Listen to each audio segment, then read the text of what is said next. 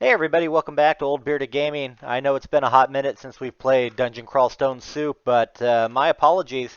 We lost some footage. The run that we had going on in our series came unfortunately to an end due to overconfidence in the Lair, and that's kind of where we pick it back up with this current run. So the video footage that I had, about a half hour worth of it, of the end of our initial starting run, is gone. We've got the game back to a relatively similar state. We've completed Lair. We actually have two runes from the Snake Pit as well as from the Shoals. It took quite a few attempts actually to get back here, which was pretty kind of surprising because our most successful run was the very first one that we did. Everything else kept splatting because of just being in a hurry, honestly. And that's the number one killer in this game, to be perfectly honest, is overconfidence, tabbing through things, and going fast with combat when really, at a certain point in the game, usually by about Lair and some of the branches, you got to kind of slow things down. So what we see here is where we have left off as we started with this recording here. We're down in Vault 5. We handled the initial starting trap, so to speak, perfectly fine.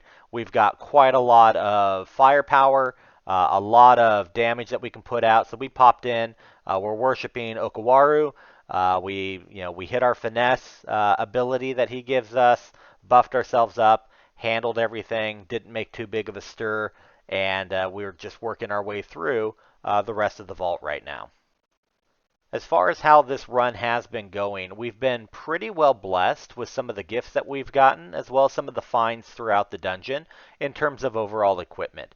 We have two relatively amazing weapons in our, call it our repertoire, as it were, including what we've got equipped right now, that +9 Arbalist, which is just a high impact damage dealer doing the venom, which is great because you can tag things, make them sick with the poison, and you could back away if you were so inclined and let them just kind of tick down and soften up even more.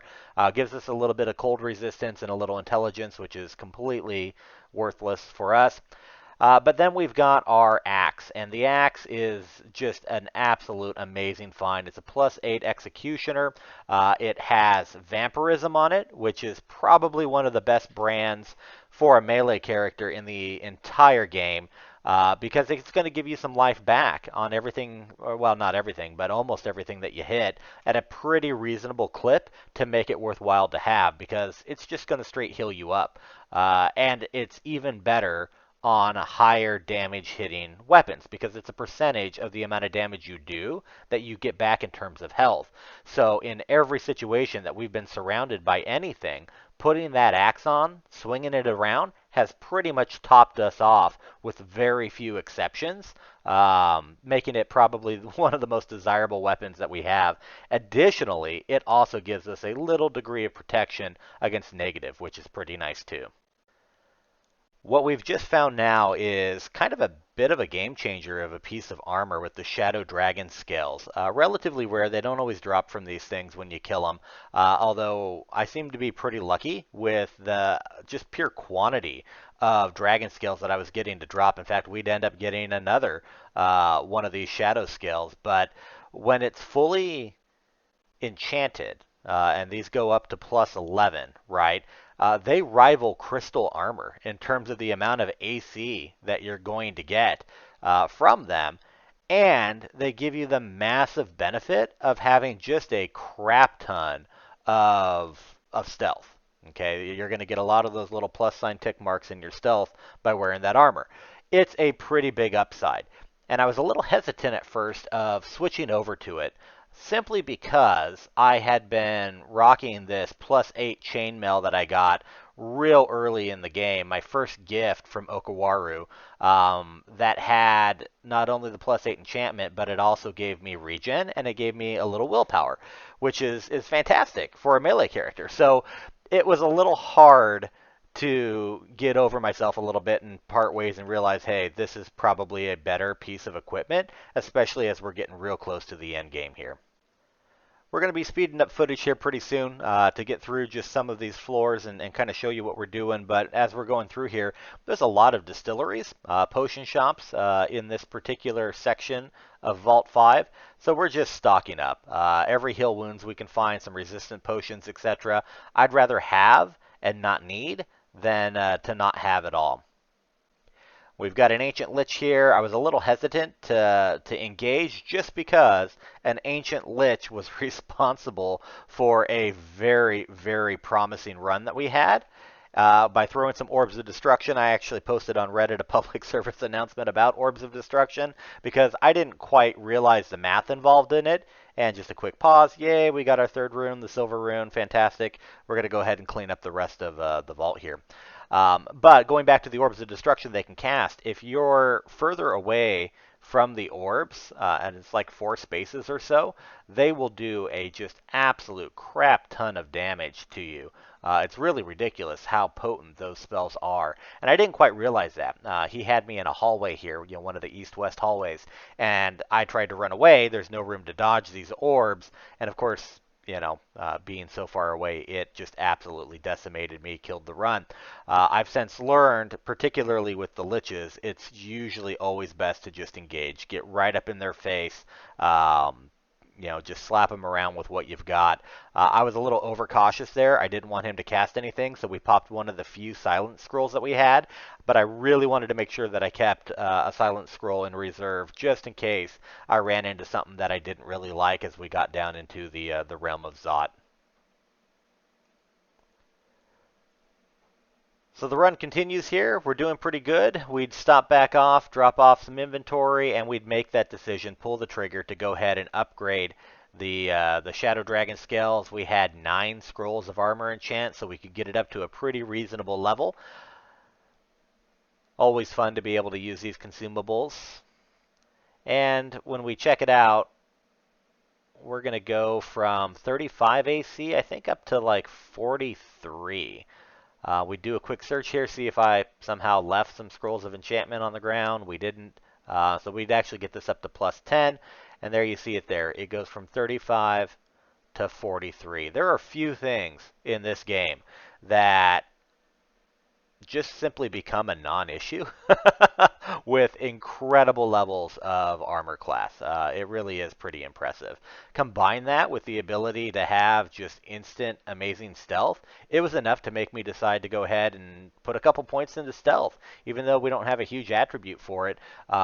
Getting a few levels here, we can add another couple pips of stealth to the bar and really kind of have an easier time getting down into the lower levels of things.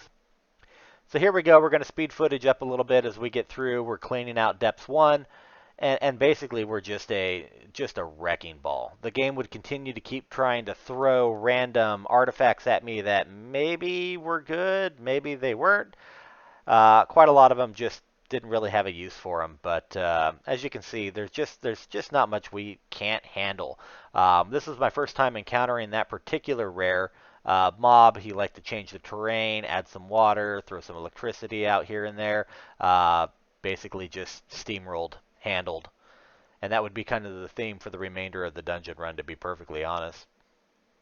So we get ourselves down here to Depths 2. A lot of entrances to Hell, to Pandemonium, branches that do contain quite a few additional runes. Super important for those obviously 15 rune runs. But nothing we're going to tackle in this particular series. Like I said, we may do a 15 rune run later on. But I want to get some unusual combinations done and wins. Taking some feedback from you guys. I appreciate the comments, the suggestions that you guys have, both in the YouTube comment section on the videos as well as on Reddit. I find it very valuable, and of course, I want to cater to what you guys want to see. So after this series here, this particular run with the Minotaur fighter, we're going to only be posting DCSS videos and they'll be just single videos at a time of wins. Okay, we'll speed through, obviously, edit quite a bit of the footage. There'll be a little bit less informational about the game in general and more specifically tailored to tips and tricks about various odd combinations of species and backgrounds. Maybe even throw in a couple different gods, etc. To, just maybe that aren't commonly used to get the wins, or just what people want to see. Honestly, there's quite a few different combinations to be had. Not all of them are very commonplace, but quite a few of them can be just incredibly fun to play. And as we get ourselves down to depths 3 here, gingerly making our way past the Dieva and a couple angels there, that holy aura around them does tick damage, which really kind of sucks. Um, we'd have our hands a little full here with Mara, clones themselves. Kind of an interesting little fight, but again, just making sure that we pause, use our consumables, heal up, buff up, and then just go handle the situation is kind of the mantra of of the melee fighter. And it serves pretty well in just about all situations. But we were doing the math real quick with the variety of different backgrounds that exist in the species. There are currently in the game 650 combinations of starting species and backgrounds that you can play. Now, the species is really the more important one. The backgrounds are kind of incidental. They just give you a little bit of a starting skill, right? If you guys recall from the explanation in the earlier videos. But the species themselves are really where the variance of the game kind of comes into play, and we're going to showcase definitely quite a few of these unique ones, and show that it is possible to get wins out there with some of these odd combinations. There is a new tournament coming as well. If you guys have been engaged in the game, been playing through, you've probably seen the announcement maybe on some of the splash screens, etc. But the tournament will start on the 26th of August. It'll run for a little while, a couple weeks. And really a lot of fun stuff here. Not going to join up in any teams or anything. I'm just playing solo with it, and we're going to be going after some banners. So we may have some additional footage showcasing, how we achieve certain banners. Banners are basically just challenges in the game, right? And there's multiple tiers, 3 tiers to each of the banners. Just over a dozen or so of these banners to acquire, but they're very interesting in terms of some of the challenges that they offer, right? So there are banners to be had for finding the temple or acquiring your first rune without ever using a single scroll or a potion. Not something that that is necessarily easy to do, right? But kind of fun to attempt. There's banners for making it to a certain level with using the Altar of the Unknown, so whatever random god you get, and then beating that game, getting a 3 rune run without ever changing from that god.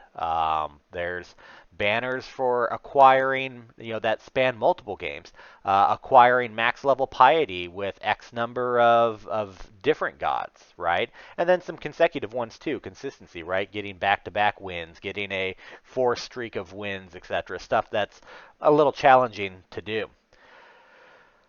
But as you see here, back focused on the game, we have opened up the realm of Zot. We're on Zot 1, and we would really not struggle with too much here. We are pretty well prepared. Again, we've got 44 armor class at the moment. Our evasion is really good. We've got quite a bit of strength, making it a little easier to swing that big execution or axe around. And then we get gifted our first scroll of acquirement, and it would give us a pair of gloves that adds 9 to strength, as well as makes cold damage just completely inconsequential. So buffing our strength up to an even 40, armor class jacks up to 47 in result of that. I wasn't even phased when we fell through a trap floor here down to Zot 2. My only thought was, hey, I want to get back up there to Zot 1 and farm that experience. Just keep fleshing the character out a little bit. And Zot 2 would prove no more difficult, honestly, than any of the other floors.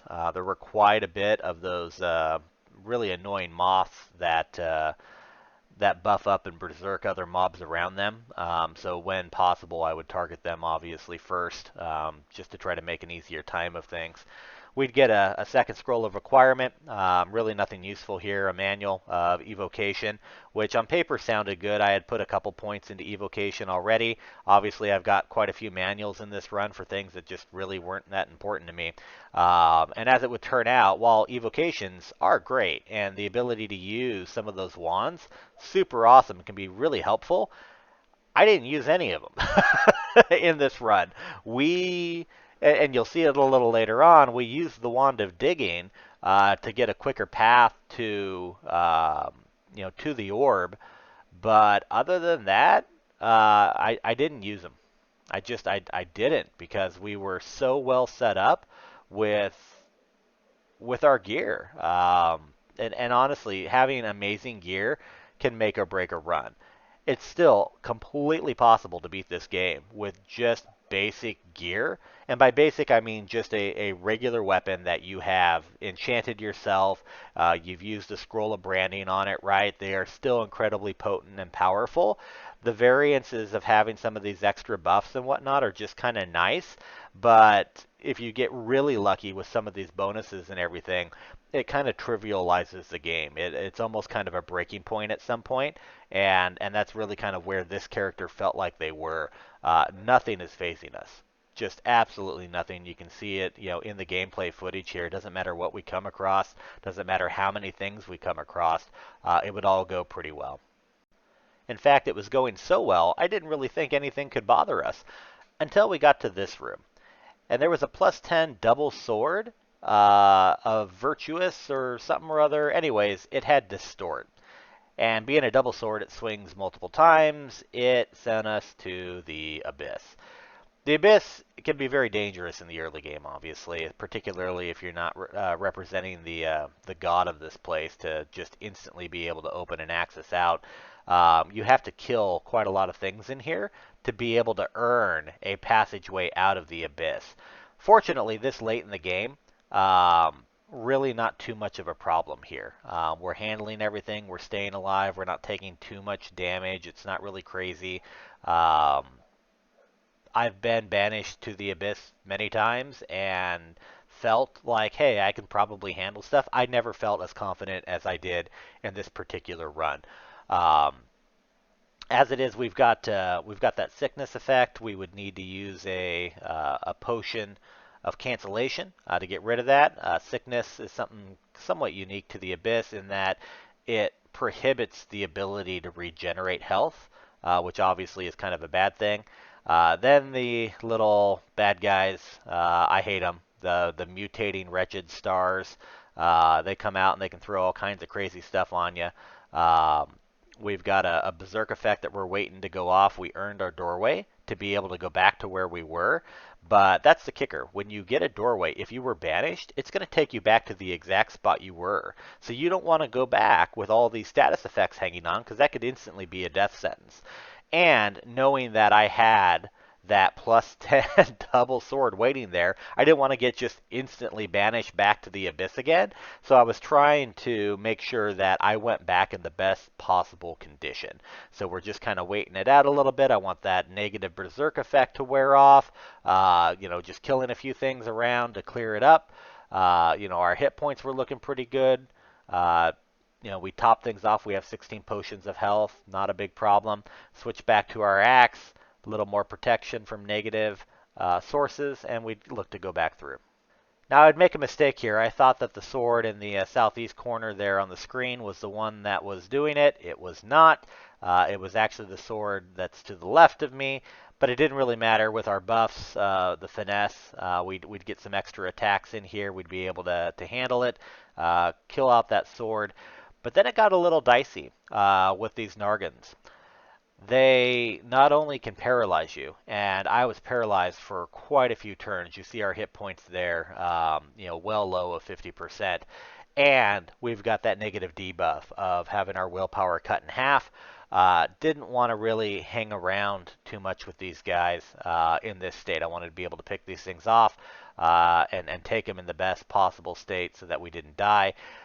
I'm consuming quite a few. In fact, I think we used 3 in total of these blinking scrolls, which these are such a valuable commodity, and I didn't have very many of them to begin with, but it was worth it to get the distance needed to get away, get towards those stairs. As I saw, I was getting paralyzed again, stiffening up, taking a turn to use, some healing potions because we have a ton of them, using the blink again to get ourselves onto the stairs so that we could go up, heal ourselves, and then take stock of our situation. And honestly, taking anything on one-on-one is pretty simple for this build. So we do a little stair jumping here, a little up and down, drag them over. The stairs up only allows for one mob, which is just amazingly good. As you can see, we can cherry pick, just bring one up with us. We can heal back up to full. It just makes it kind of a non-issue. But this is where slowing down the gameplay, making smart decisions, can extend and keep the run alive. And particularly this late in the game, we're on Zot level 3, almost ready to go down to Zot 4. There's not much left of this game. Now's the time to start using your consumables. Now's the time to start making those decisions. Like here, this room, no need to go in there, so we don't. We go down to Zot 4. We pop a magic mapping scroll just to see what the layout of this thing's going to look like. Being as prepared as possible. There's a point to all that hoarding in the early game of collecting and getting resources and saving up for these moments. I love having these random, like, almost game-changing things occur. Like here, we come across a Cloak of the Thief. And I'm sitting here going, well, I've got a +2 Cloak of Stealth, but this cloak also gives me stealth, but it also gives me this fog effect, but it has a -2 slay. So it's like, well, is it really good or not? Well, it is pretty good because, one, seeing invisible was something I didn't have. Two, I had multiple sources of plus slay, so having 2 taken away from that really wasn't going to be that big of a deal for this character. And additionally, having that fog effect is amazing because when you take damage, there's a chance you just explode in a cloud of fog, making it difficult for things to continue to keep hitting you and make it so that we could actually get away. So there's a lot of upside to that, even though that particular piece of gear had a downside. Speaking of downside as well, I don't know if you noticed, and we didn't really call it out yet, but we are wearing a hat that gives us -2 armor class. Not that it makes any impact to this character at all, but it has a plus to pretty much everything on the left-hand column in the status menu, including resist mutation. That is an amazing buff to have. You're not going to see that every game. It's pretty rare. But having that, again, trivializes, I think, and should be prioritized, to find and get one if you have the ability, regardless of what the negative consequences are on the piece of gear for the most part. But it allows you to not have to worry about what those orbs of fire can do to you. And here we are. We're down here in Zot 5, as prepared as I've ever been. And we pop the map. I take a look. I can see that the orb is up in the very top center. It's in that little room up there. These bricks around us is impossible for us to be able to dig through. But there's a small break in the center. And so we start digging over. And we can see, hey, there's a little block there that I can get to. It makes a shortcut to get up there. There's no need for me to go and explore the entire bottom section of this map. It's just not worth it. Why risk running into something and ending your run? And actually, I made a mistake there. I did an auto explore. Didn't mean to do that. Definitely here, you want to be playing it by hand. And so we're trying to be smart. We're using the crossbow to tag things with the poison, trying to soften things up as they come to us. We'd end up running into a Dread Lich and get turned into Vapor. And with Vapor being transmuted like this, everything melds into your body. You'll notice the armor class sucks. The EV is still okay. We can still evade and dodge, but none of our weapons count for us. It's really pretty crappy. So getting away from this situation to the point where you can rest and let this transformation go away is top priority. And that's why we're backing away. We're consuming more blink scrolls, right, to get out of here. We've only got 2 left after this last one, but it's going to get me over on the other side to be able to go back to the stairs, climb back up a level, rest, reset, and come back at it. It's about continuing the run, making sure that we don't do something stupid and use all the resources available to us. What's amazing is that even with almost maxed out resistance, we're 1 pip away from the max, right? And I don't know that it even stacks beyond that. It might, but for the purpose of calculations, I don't think it does. That we were still getting and taking effects from things like that. Pretty crazy. It's a bit of a testament to how strong some of these monsters absolutely can be. So as we're back down here, we're cleaning out. Obviously, it helps having our full gear. With the leveling and the advancements that we have now, our armor class is rated level 50. We've got orbs of fire here. We're not taking any mutations, which is fantastic, because we decided to wear that one piece of gear that protects against it. Even though it took a little away from the armor class. The rest of this is pretty trivial. Every time that we got hit with one of the sentinel marks, which alerts every monster in the entire floor to come to you, we'd pop a potion of cancellation. Get rid of that mark. It really is not complicated, but it's knowing to do the little things like that to help save stuff. Because I'd rather just deal with the room full of monsters that I have than dealing with the entire floor all at once. Cursed toes suck, by the way. He took down, half my health with at distance, which really sucked. But surrounded me with fungi, which was fine by me because then putting my axe on with vampirism, I'd get a lot more health regened. And there we have it. We cleared out the one side. We have picked up the orb. The rest of the game now is a race. It's to get out of the dungeon with the orb. Now, in terms of strategies and how this works, generally you don't want to stop too much and fight for things. I mean, here we have really no choice. That orb in our way needs to be dealt with. Yeah, I could try to blink around it, but I don't want it pelting me at distance. It's better to just clear it out, and I know that I could. But you should always be forward thinking. Monsters that are behind you, unless they've got some crazy ranged attack or can do some damage, really not worth giving a darn about. It's about ascending. And to that end, you can do your quick travels and be targeting dungeon level 0, which is the way out, and the game will calculate the fastest path for you to get out of the dungeon. Now, it's going to pause you if there are monsters that spawn on the way out, which happens. Okay, it's a race to get out of here. Every so many turns, there's a chance that monsters get spawned. Usually, they're beyond your field of vision. We're playing this by hand just because I want to make sure that I keep finesse, the skill from our god Okuraru, up at all times. It gives us a speed bonus, and I want to make sure that I'm popping haste potions just right before they run out. So we are basically at maximum speed throughout the entire duration of this run, meaning anything that we come across, we can pretty much outrun. Like there, not a problem. Outran it, got up to the next level. They're not going to follow us up, so not a problem there. The treasure trove. Periodically throughout this game, I was searching for a demon blade. We needed a +5 enchanted demon blade to be able to open it. We never got any, not a single one, and I didn't want to pop into hell to try to get some from the Hell Knights because there was no need to go there on a 3-rune run. And anything in that treasure trove was just going to be icing on the cake, potentially, of a pretty good cake that we already had. So call it sprinkles on the icing, because I kind of felt like this run already had pretty good icing to be had. Enough of the cake metaphor. The cake's a lie. Dungeon level 1. This is it. This is where victory is in hand. So we step on the doorway, we ascend with the orb, it's a win. I don't care how many times you do it, I don't care if it's your first time or it's your 100th time, it's still a great feeling, knowing that you delved into the dungeon and you emerged successful.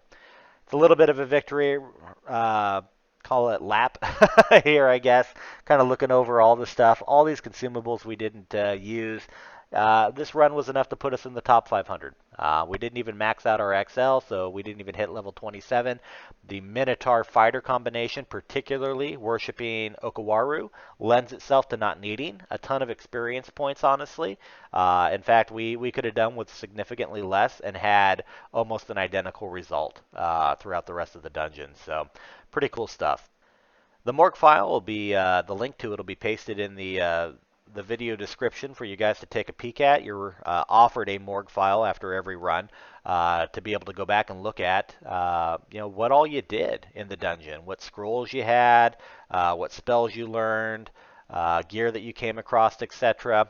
There's a lot of folks that can go through these and really glean a lot of information out. And it's a good way to go back and kind of study your run and see, hey, I could have done infinitely better had I done X, Y, and Z.